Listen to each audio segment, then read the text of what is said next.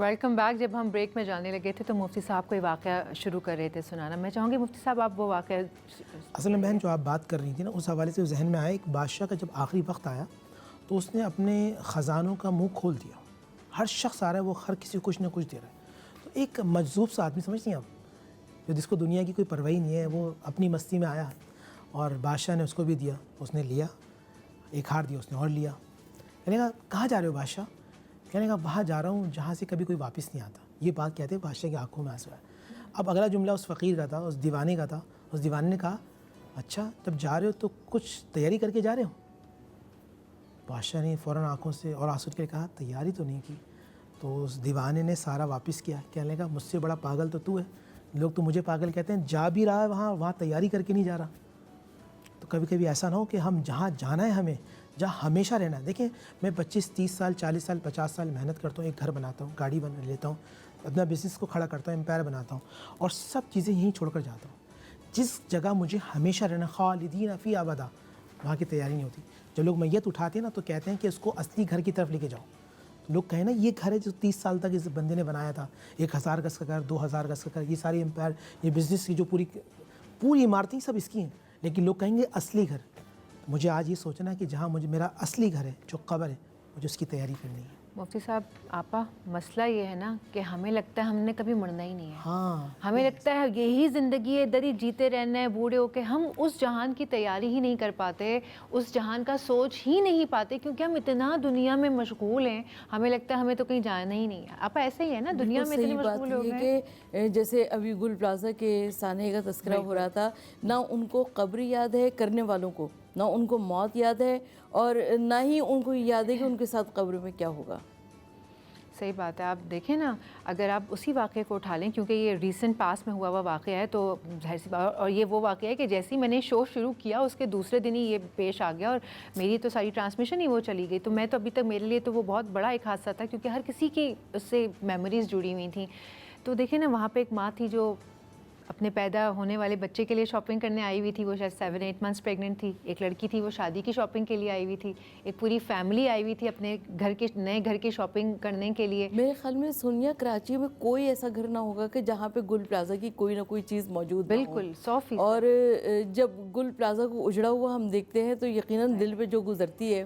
صحیح بات ہے, بالکل صحیح بات ہے. یہ میسیج ہے ہمارے لیے, ہمیں تیاری کرنی ہے, شب قدر کی قدر کرنی ہے. بالکل تو اللہ تعالیٰ فیصلے فرماتا ہے اور اس دلہن کو نہیں معلوم تھا کہ وہ تیاری کر رہی ہے اور وہ کپڑا جو اس کے لیے کفن کے لیے ہو جائے گا. بالکل صحیح بات. ہم تیاری کریں تاکہ اللہ ہماری بخشش فرمائے. بالکل. اب میسج کا وقت آ گیا ہے کیونکہ ہماری نشست جو ہے وہ ختم ہونے والی ہے. میں چاہوں گی آپا کوئی اچھا سا میسج ہماری ویورز کو آج کی رات کے حساب سے کچھ دیں آپ. بھئی لیلۃ القدر کے حوالے سے بس میں یہ اتنا کہنا چاہتی ہوں کہ پروردگار عالم ہماری اس عبادت کو قبول فرمائے اور اس ماہ رمضان میں ہم سب کو بخشا ہوا قرار دے دے.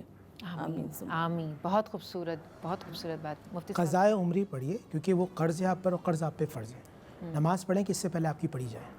بہت ہی اچھی بات کہی بھائی. بہت بہت شکریہ آپ دونوں کا تشریف لانے کے لیے, اور اتنی اچھی انفارمیٹو نشست لگتی ہے کہ میں دعا دوں گی اللہ کرے یہ نشست ہم روزانہ لگا سکیں, رمضان کے بعد بھی لگ سکے, یہ ہفتے میں ایک بار لگے لیکن لگے ضرور, تاکہ اگر ہمارے تھرو آپ کی زندگی میں کچھ فائدہ ہو جاتا ہے روحانی طور پہ, فزیکلی کوئی زندگی میں آپ کے چینج آ جاتا ہے تو کیا ہی خوبصورت بات ہے. اور وقت تھوڑا سا ہی رہ گیا ہے لیکن میں پھر سے وہی بات کہوں گی جو مفتی صاحب نے کہی کہ بھائی لیلۃ القدر 5 راتیں اللہ تعالیٰ نے دی ہیں.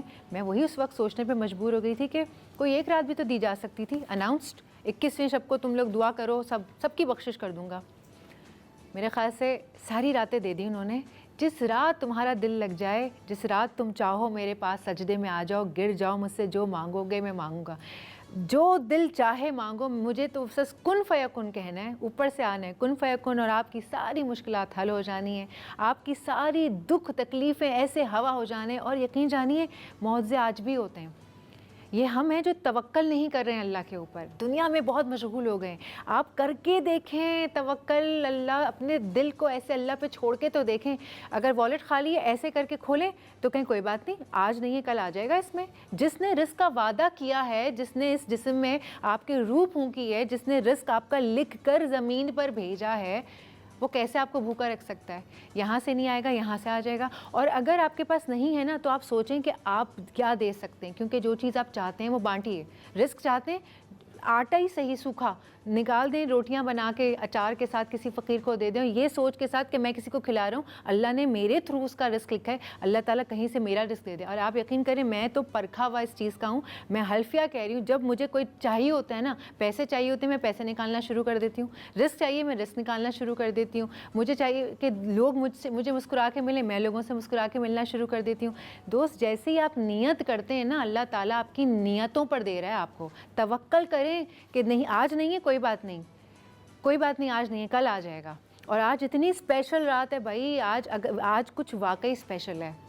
میں آپ کو بتا رہی ہوں, میرا دل کہہ رہا ہے کہ آج کوئی اسپیشل رات ہے جو اللہ تعالیٰ میرے منہ سے, آپا کے منہ سے, مفتی صاحب کے منہ سے بار بار کہلوا رہے ہیں. تو باس یہ ہے کوئی اسپیشل رات, مانگیے جو مانگنا چاہتے ہیں, دل کو صاف کیجئے, سب کو معاف کیجئے, دل میں سکون آ جائے گا. توکل کیجئے, پھر آپ دیکھیے آپ دعائیں دیں گے, اور اللہ کرے کہ آپ کو میں بھی اور مفتی صاحب آپا میں آپ ہمارے لیے بھی دعا کر سکیں. آج کی رات بہت میں تو کچھ جذباتی ہو جاتی ہوں, مجھے لگتا ہے جب یہ سیٹ ملتی ہے اور کہیں اور سے کچھ آنا شروع ہو جاتا ہے میرے اوپر. بس میں چاہوں گی آپ ہم سب کو دعاؤں میں یاد رکھیں, توکل رکھیں, آج کی رات کو مس نہیں کرنا ہے, دعاؤں میں یاد رکھیں. ہمیں بھی, اپنے گھر والوں کو بھی, اپنی اولادوں کو بھی, اپنے آپ کی بخشش کروا کے ہی آج کی رات آپ نے اٹھنا ہے. وقت ہو گیا ختم, میری اور آپ کی ملاقات ہوگی کل 1 بجے. چائے ٹوسٹ اور ہوسٹ میں اپنا رکھیے ڈھیر سارا خیال. اللہ حافظ.